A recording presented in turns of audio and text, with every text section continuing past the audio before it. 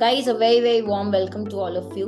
तो आज हमारे साथ एक बहुत स्पेशल स्टूडेंट है, सिलेक्टेड स्टूडेंट है, जो हमारे साथ अपनी जर्नी शेयर करने वाले हैं।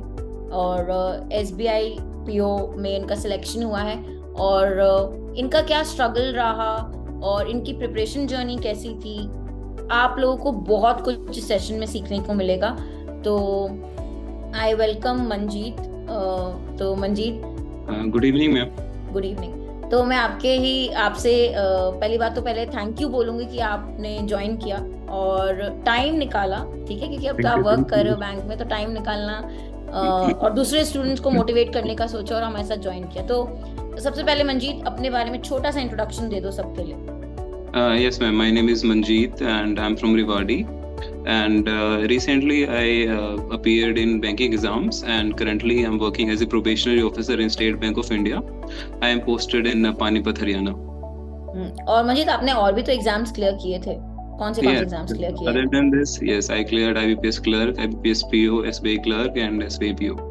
फिर सिलेक्ट किया SBI PO obviously. Yes ma'am. मतलब ऐसा कितना अच्छा लगता है ना बोलने में कि ऑप्शंस थे मेरे पास, मैंने सिलेक्शन किया, पूरे फिंगर्स पे सारे ऑप्शंस थे और फिर फाइनल सिलेक्शन मैंने लिया। तो देखो, लोग काफी स्टूडेंट्स टेंस भी होते हैं कि हमारा एक जगह सिलेक्शन हो जाए, अच्छा सा मतलब करियर की स्टार्ट हो जाए।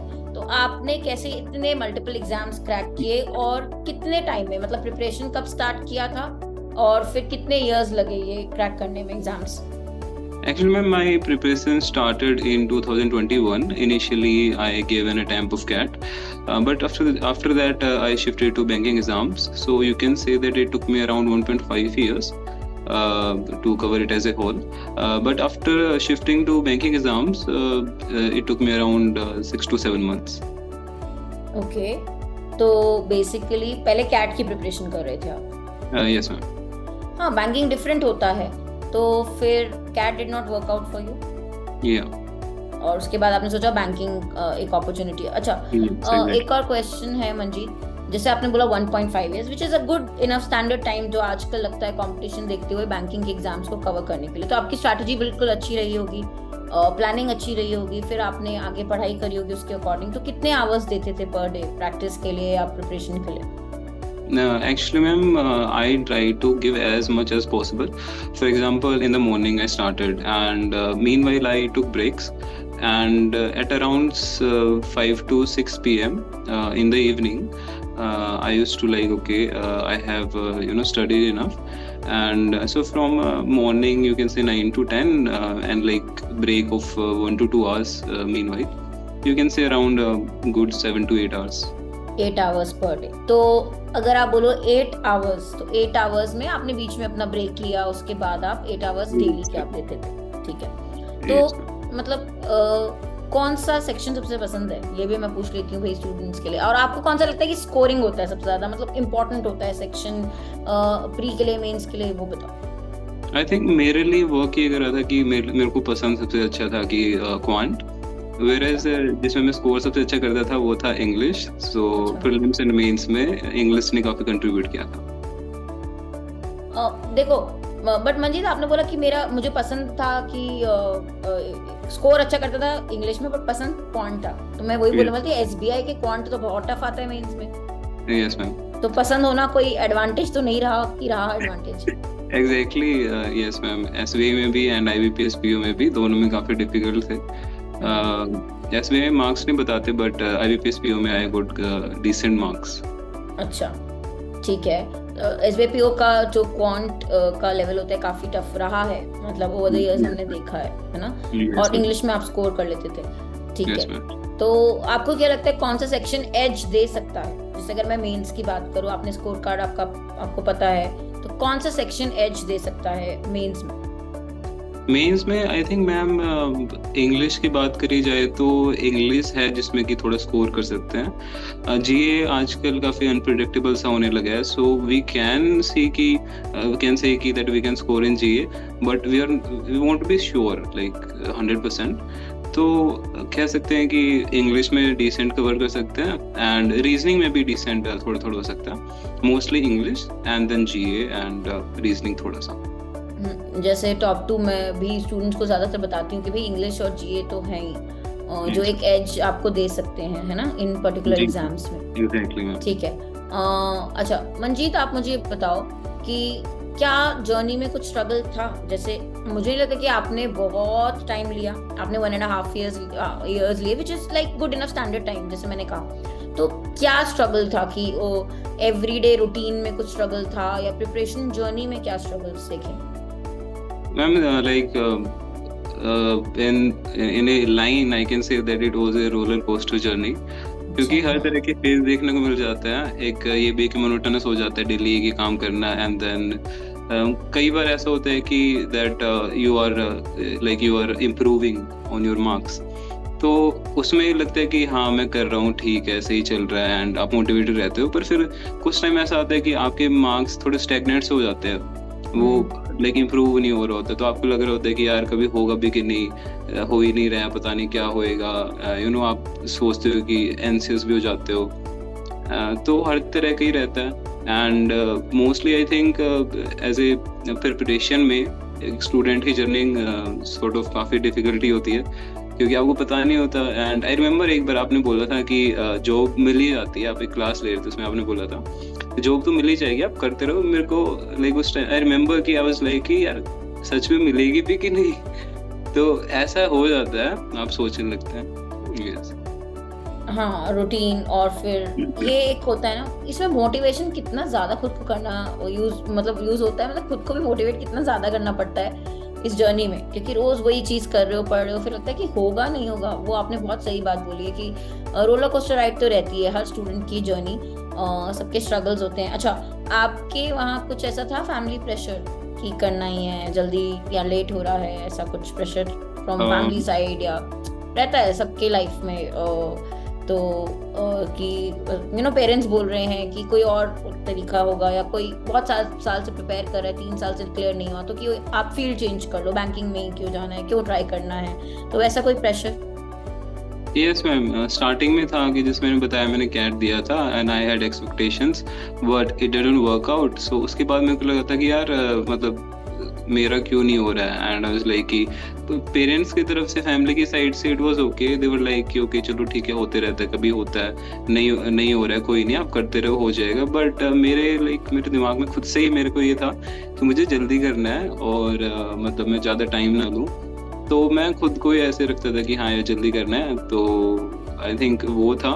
एंड जैसे स्टार्टिंग में जब मैंने स्विच किया बैंकिंग के ऊपर, उस टाइम में मुझे ये था कि यार इतना टाइम भी हो गया, एंड अभी तक जॉब भी नहीं लगी है, तो काफ़ी वो था, डिफिकल्ट था कि एक तो स्विच कर रहा हूँ, एंड चांसेस कैसे रहेंगे, तो यस होता है ऐसे। जैसे ये डिसीजन आपने बड़ा लिया कि कैट ना देके फिर हम बैंकिंग में आते हैं, वो वाला राइट? हाँ, ठीक है।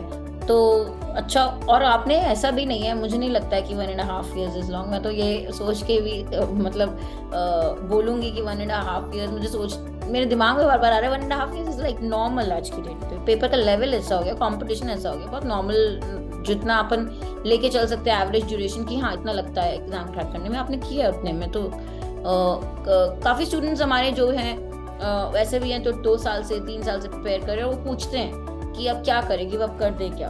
तो मैं इनको एक जवाब देती हूँ कि एलिजिबिलिटी है, चाह है, आगे रिग्रेट तो नहीं करोगे कि गिव अप, एक ट्राई और कर लेना चाहिए था, वो नहीं होना चाहिए। बाकी तो स्मार्ट डिसीजन आपको पता होता है, आपको समझ में आता है कि हाँ मुझे करना है या नहीं कंटिन्यू, ठीक है।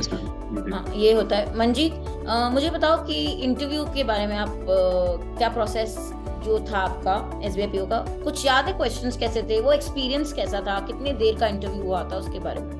यस मैम, सो मेरे को लगता है कि इंटरव्यू ना काफ़ी इम्पोर्टेंट फेज होता है, प्रोसेस होता है सिलेक्शन में, क्योंकि मैंने देखा है कि काफ़ी बच्चों के अच्छे मार्क्स आ जाते हैं, बट फिर भी इंटरव्यू में कहीं ना उनको कम मिल जाते हैं, कम मार्क्स मिलते हैं, जिसकी वजह से they don't get selected. And ऐसे भी देखा है कि कुछ लोग को like just about margin, about their cut off marks मिलते हैं, एंड वो इंटरव्यू में डिसेंट स्कोर कर जाते हैं और फिर वो सेलेक्ट हो जाते हैं। सो ये इम्पोर्टेंट फेज तो है डेफिनेटली।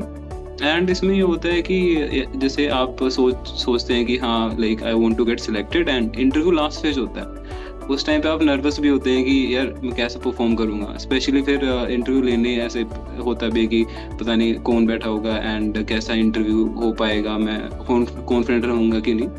तो ऐसा होता है। एंड मेरा इंटरव्यू दिल्ली में था एंड आई रिमेंबर कि इंटरव्यू में जाने से पहले मेरे को हर तरह के थॉट्स आ रहे थे कि ऐसा हो जाएगा, अच्छा नहीं होगा। But main thing is that you have to be yourself and you have to know that you can do this. आपको ना मेन आई थिंक होता है इंटरव्यू में confidence.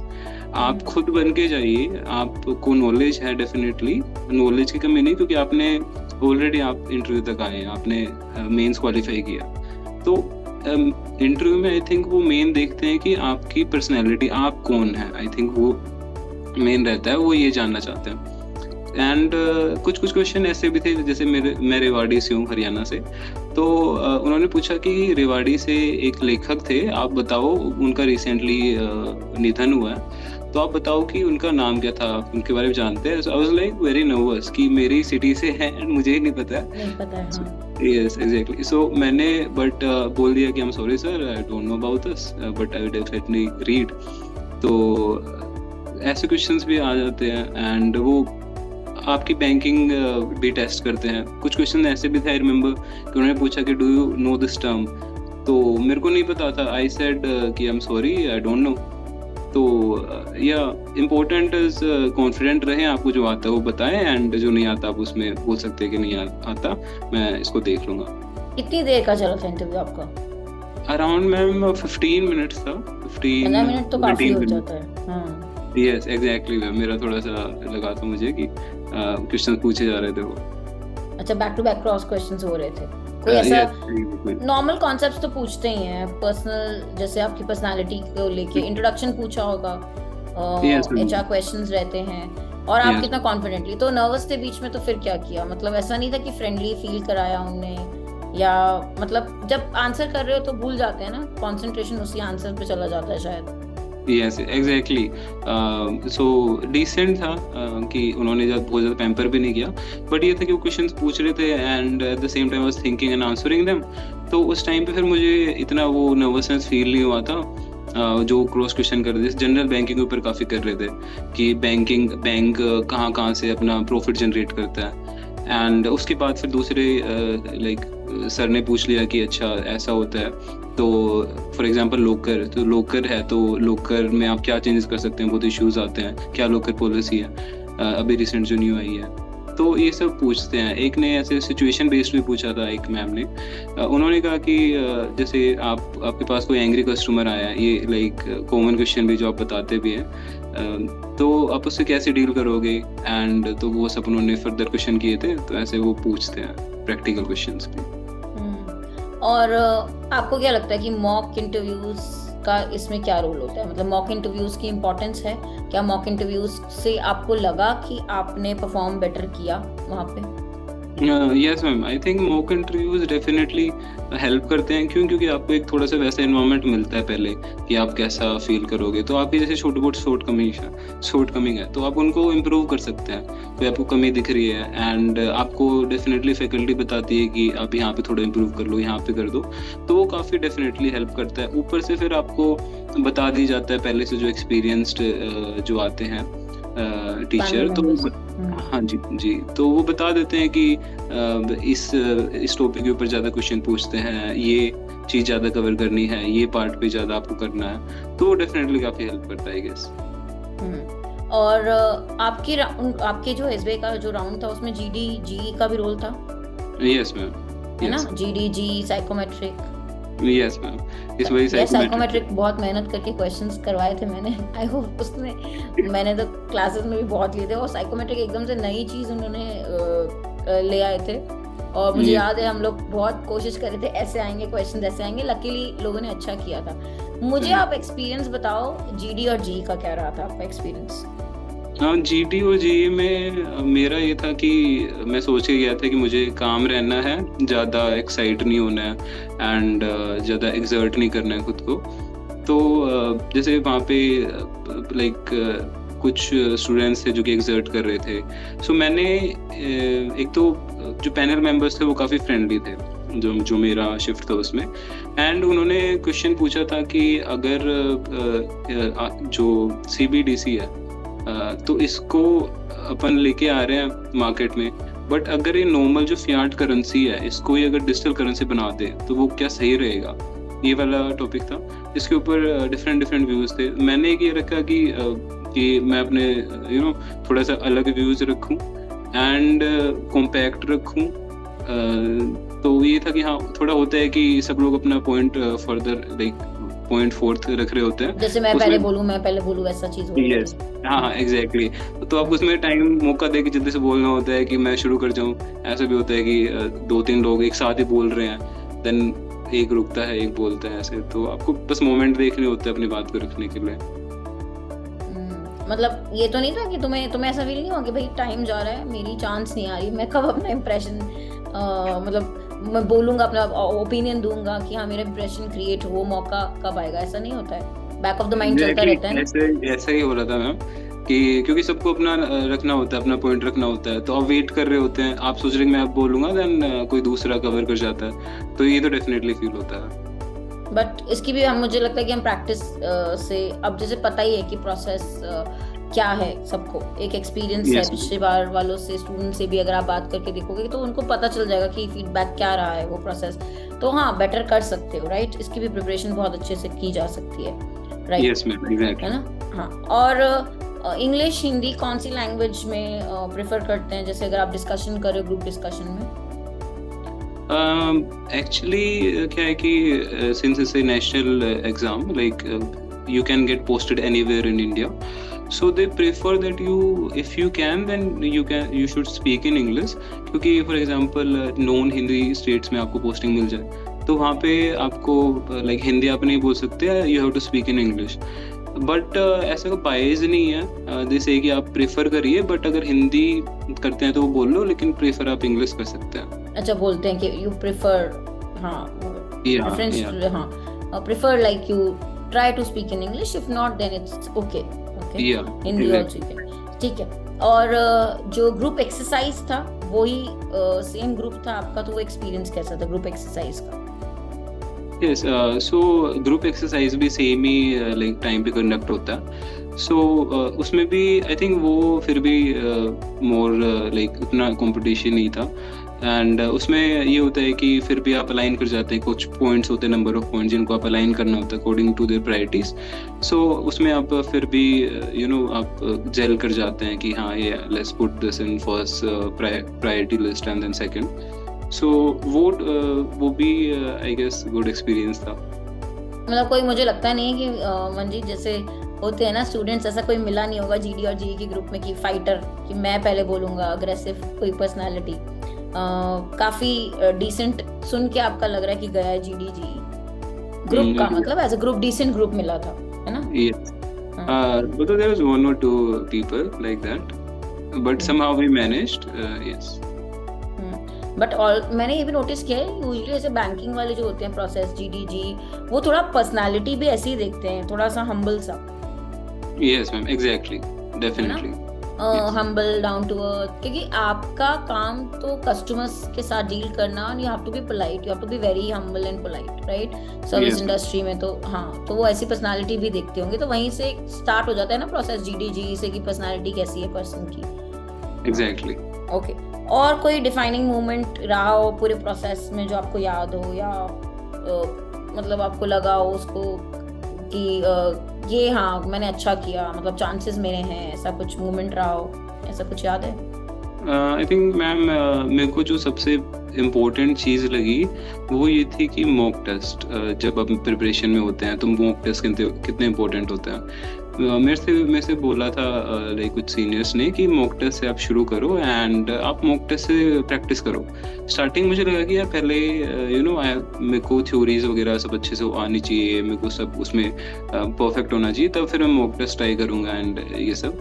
But I think practice करने के लिए तब बेस्ट सोर्स जो हो सकते हैं वो मॉक टेस्ट हो सकते हैं, because they are the level of the exam and उनमें हर तरह के फॉर एग्जांपल चेंजेस आ रहे हैं एग्जाम में, तो वो they improvise the mock test and उसमें वो पुट कर देते हैं। सो आई थिंक ये बहुत सही था, बहुत इम्पोर्टेंट था।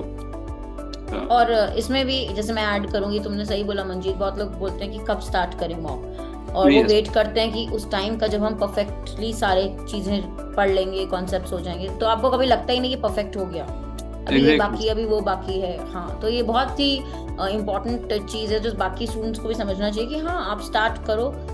जब आपका बिगिनर हो तो ऑब्वियसली एक बार तो कॉन्सेप्ट्स आप देखोगे, बट उसके बाद जल्दी से आप स्टार्ट कर सकते हो। मॉक से भी बहुत लर्निंग होती है, उसी से आप लर्न कर सकते हो बहुत सारी चीजें, ठीक है। और जब आपने घर में बताया होगा मंजीत, कितने सारे एग्जाम्स क्लियर हुए हैं, अभी पेस क्लर्क हुआ, एफएसपीओ हुआ, एसबीआई क्लर्क हुआ, तो फिर रिएक्शन कैसा था? रिएक्शन मैम, सबसे पहले आया था एसबीआई क्लर्क, तो मैंने उसको बताया था, तो उसमें काफ़ी खुश हो गए थे। फिर देन एक के बाद एक रिजल्ट आया, तो family was like super happy, and I mean they were expecting कि अच्छा ही होगा, because I was like you know putting my efforts, but all and all they were very happy, and we brought like 30-40 kgs of sweet and then distributed. अच्छा, इतना सारा मिठाई आ गई थी घर में? हाँ, इतनी Yeah, सारी मिठाई exactly. बांटी गई थी? अच्छा। Yes, ma'am. सब हाँ, काफी but, खुश थे। और ऐसा था ना कि तुम्हारा एक मोमेंटम हो जाता है सेट, जैसे एक एग्जाम Yeah. निकलता है उसके बाद ना एक मोमेंटम सेट होता है कि यार कॉन्फिडेंस आता है, Yes, है ma'am. ना, Confidence कॉन्फिडेंस भी आ जाता है। एक तो हो गया, चलो अब तो और ट्राई बेटर के लिए कर दो, मुझे लगता है कि हाँ ये एक चीज होती है। Next Yes. गोल क्या है मंजीत का? खैर अभी तो बहुत जल्दी है पूछना, स्टार्ट ही किया है तुमने, हाँ ट्रेनिंग पीरियड पे हो, बट फिर भी नेक्स्ट गोल क्या है? मैम, मेरे को ये लगता है कि it's important that you always try to you know do better things, get to a better place. So हमेशा वो इम्प्रूवमेंट करते रहना चाहिए लाइफ में। सो करेंटली मैं सोच रहा हूँ कि I am preparing currently as well for RB grade B. अच्छा, नेक्स्ट आरबीआई ग्रेड भी आपका गोल है? Yes, ma'am. This year as well, I couldn't clear the prelims by 1.5 marks, but yeah, I'm preparing for next year. और अभी work कैसा लग रहा है एसबीआई में? नया नया जो लर्निंग्स मिल रही है, सीखने मिल रहा है, वो कैसा है एक्सपीरियंस है?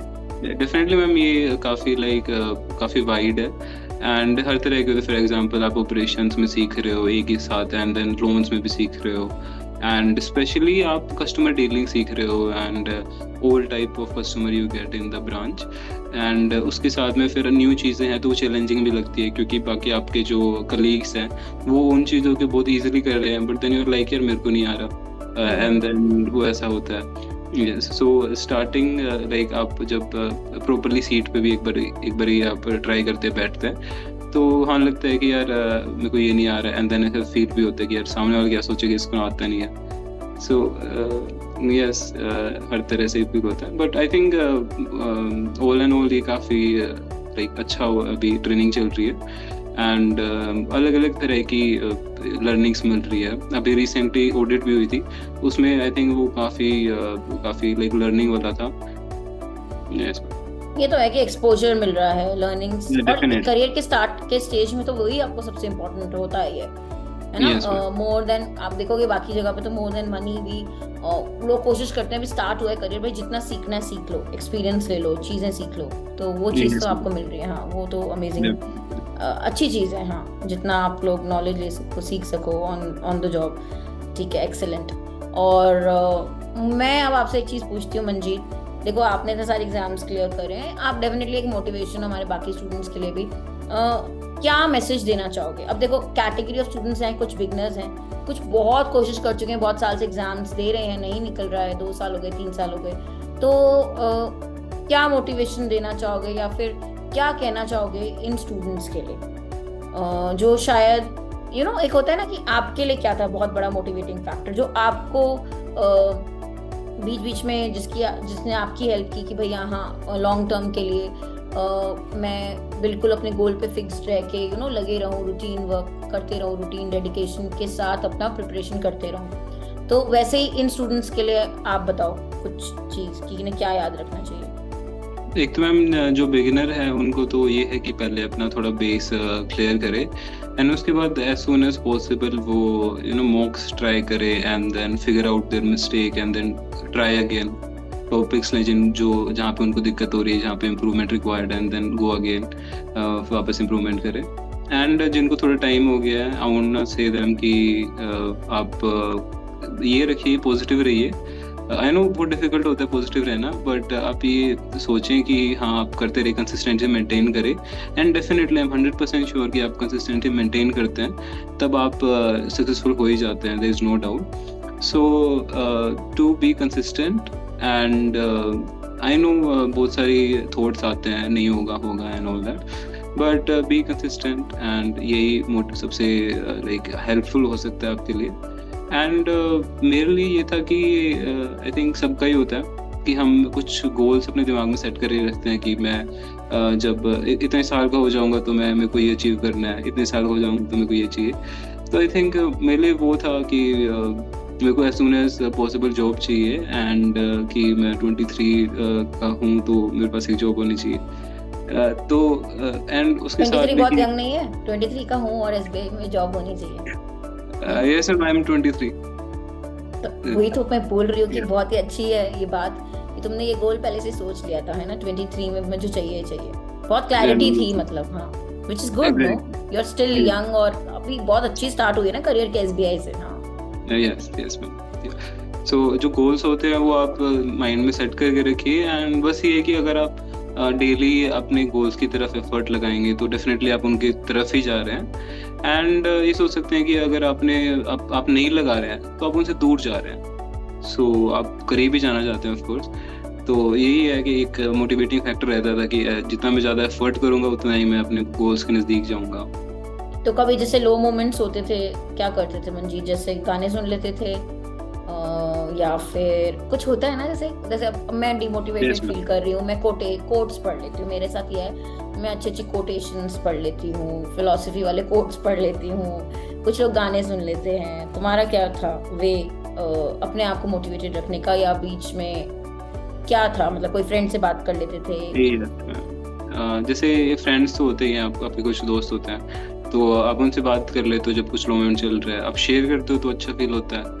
बाकी आप जैसे मूवीज देख लेते हैं, आप दोस्तों के साथ टाइम स्पेंड कर लेते हैं. एक ये भी है कि एट टाइम्स ये होता है कि आपको एंजॉयमेंट की जरूरत होती है, यू नीड रेस्ट, आपको दिमाग को रेस्ट चाहिए होता है. तो आई थिंक वो भी इम्पोर्टेंट होता है कभी कभी कि जैसे फॉर एग्जाम्पल आई रिमेम्बर कि एक बार I was studying from like morning, and मैं पूरे दिन पढ़ रहा था बट ऐसा लग नहीं रहा था कि like I couldn't concentrate properly. तो ऐसा उसके बाद फिर मैं दोस्तों के साथ घूमने गया, एंड मैं एक लाइक दिल्ली गया, एंड दोस्तों के साथ चिल किया. सो ऐसा ज़रूरी होता है आप एंजॉय भी करें साथ में, ताकि आप प्रॉपर्ली माइंड को रेस्ट भी दे पाए. ब्रेक ले सकते हो बीच में. Yes ma'am. और जर्नी, मुझे लगता है कि ऐसा जर्नी भी मिस करते हो यार. प्रिपरेशन जर्नी भी एक बहुत मीनिंगफुल जर्नी थी. टफ होती है बट हाँ, फिर बाद में याद करते हैं, राइट, कुछ साल बाद, एक्सपीरियंस के बाद, कि कितना मेहनत की थी, है ना. जर्नी कैसी थी प्रिपरेशन की. ठीक है मंजीत, आपसे बात करके बहुत अच्छा लगा, और आई होप कि आप सभी के लिए बहुत ही बड़ी मोटिवेशन भी बनोगे, क्योंकि आपने इतने सारे एग्जाम्स निकाले हैं, कम समय में निकाले हैं, बहुत यंग हो, हाँ, यंग एसबीआई पीओ हो. तो आपको ऑल द बेस्ट अपने फ्यूचर एंडेवर्स के लिए. मैं चाहती हूँ कि हाँ, मतलब जो आपका नेक्स्ट गोल है वो भी बहुत जल्दी से आप अचीव कर लो, और बाकी स्टूडेंट्स भी, मतलब आई होप कि जो भी मंजीत ने बोला उसमें आपके जो टेक अवेज थे या जो आपकी लर्निंग्स थी, आप मोटिवेटेड रहोगे और गिव अप नहीं करोगे, और पॉजिटिवली अपनी जर्नी भी कंप्लीट करके और जल्दी से जल्दी क्या सिलेक्शन लोगे. तो आपको पता ही है, मैं तो हूँ और बाकी टीम भी है पूरी आपको गाइड करने के लिए, हेल्प करने के लिए ऑल द वे. ठीक है, thank you for joining Manjeet. Thank you for taking out time. Thank you for inviting me. Yeah, thank you. Take care. Thank you.